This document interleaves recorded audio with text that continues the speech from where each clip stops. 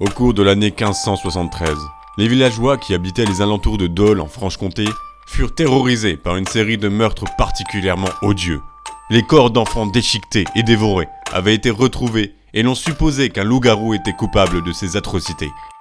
Condamné au bûcher à la fin du XVIe siècle pour avoir tué et dévoré des enfants, il est le seul lycanthrope au monde dont on garde la trace du procès.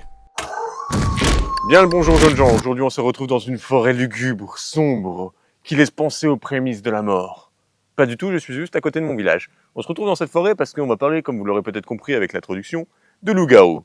Et quoi de mieux, je viens de faire tomber mes fiches, qu'une forêt, pour faire penser au loup. Gilles Garnier avait délaissé la compagnie des hommes pour se consacrer à Dieu, moi-même.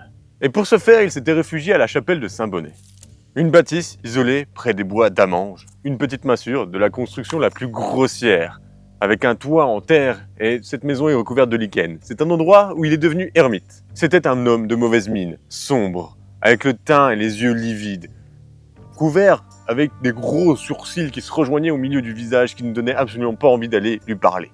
Et lui-même ne parlait jamais. Sa longue barbe grise et sa retraite lui ont valu le surnom de l'ermite de Saint-Bonnet. De plus, on lui accordait une certaine sainteté. Mais si ce mode de vie lui convenait, la solitude lui pesait. Il avait donc épousé une jeune femme, Apolline, dont de cette union étaient sortis beaucoup d'enfants. Mais avec l'arrivée des enfants, la ruine s'était introduite dans cet ermitage. 1573 était une année difficile. Une année de famine pour tous, et Gilles Garnier n'arrivait, lui non plus, à nourrir les siens. Une nuit, alors qu'il chassait pour trouver de la nourriture pour lui-même ainsi que sa famille, un spectre lui apparut. Un spectre qui lui proposa une capacité, où il pourrait se retransformer en différentes choses. J'entends des bruits. Le spectre lui donna le choix de devenir un loup, un lion, un léopard, ou même si le poil de ces derniers le répugnait, il aurait pu courir à travers le vent, le feu et le ciel. Bien entendu, il pourrait se transformer à volonté et parler sous la forme de l'animal adopté. Comme cette proposition sembla alléchante, car elle pourrait lui permettre de chasser plus facilement du gibier pour sa famille, il choisit la forme du loup, notamment parce qu'il y avait déjà des loups dans la région, donc ce ne serait pas bizarre.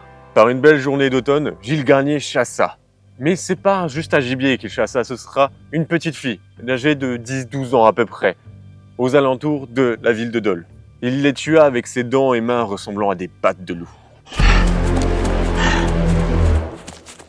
Après l'avoir traînée toujours avec ses pattes et ses dents jusqu'au bois de la serre, il la dévora. Mais avant de quitter les lieux de son méfait, il prit soin de récupérer un morceau de la petite fille pour la rapporter à sa femme qui l'attendait à l'ermitage. 8 jours après la fête de la Toussaint, Gilles Garnier retourna chasser, cette fois-ci dans les prés de la Ruppe, à Autun. Il trouva à nouveau une jeune fille.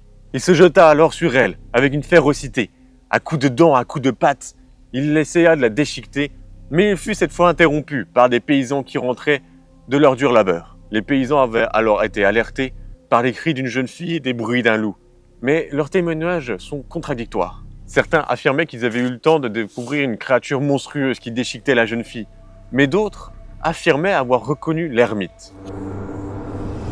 La créature avait abandonné sa proie lorsqu'il les a aperçus et avait réussi à prendre la fuite. Vers la fin de l'automne en 1573, les habitants de Dole, dans la région de Franche-Comté, a été autorisés à traquer et à chasser le loup-garou qui sévissait dans la région. Gilles, alors qu'il errait sous sa forme de loup-garou, s'attaqua à un jeune garçon de 10 ans. Après l'avoir égorgé, il le dévorera partiellement, puis récupérera une jambe afin de l'amener à sa femme.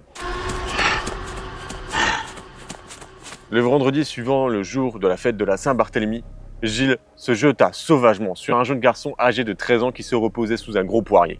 Après l'avoir traîné et emporté dans le bois, il l'étrangla et essaya de le dévorer. Enfin, c'est ce qu'il aurait fait si un groupe ne l'aurait pas dérangé. Ces personnes pensaient qu'elles observaient un loup dans la pénombre. Mais cette bête, qui se dissimulait dans l'ombre des taillis, n'était pas un loup, un loup-garou. C'était bien, comme certains l'ont dit, l'ermite. Et à ses pieds gisait le corps de l'enfant mort. Lors du procès qui s'ensuivit, les témoins ont déclaré qu'il n'était pas sous une forme de loup, mais qu'il était bien sous une forme humaine, alors qu'il était sur le point de dévorer l'enfant. Si l'ermite ne nia pas qu'il était sous une forme humaine à ce moment-là, il a pourtant précisé qu'il était sous une forme de loup lorsqu'il l'a attaqué. Et comme il le confessa maintes fois par la suite, il avait bel et bien l'intention de dévorer l'enfant, bien que nous sommes un jour de vendredi, ce qui est un jour où la loi n'accepte pas que l'on mange de viande ce jour-là.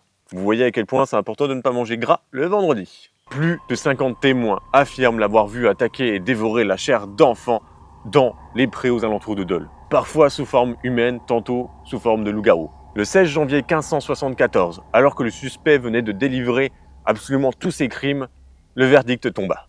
Gilles Garnier étant tombé sous sorcellerie, ayant oxy et même défoncé, j'ai envie de dire, des enfants de 6 à 12 ans, il a été traîné de la cour de Dole jusqu'au lieu où il allait être brûlé vif. La sentence fut exécutée 2 jours plus tard, le 18 janvier 1574, et peu importe ce que vous chercherez sur internet, vous ne découvrirez jamais ce qui est advenu de sa femme et de ses enfants.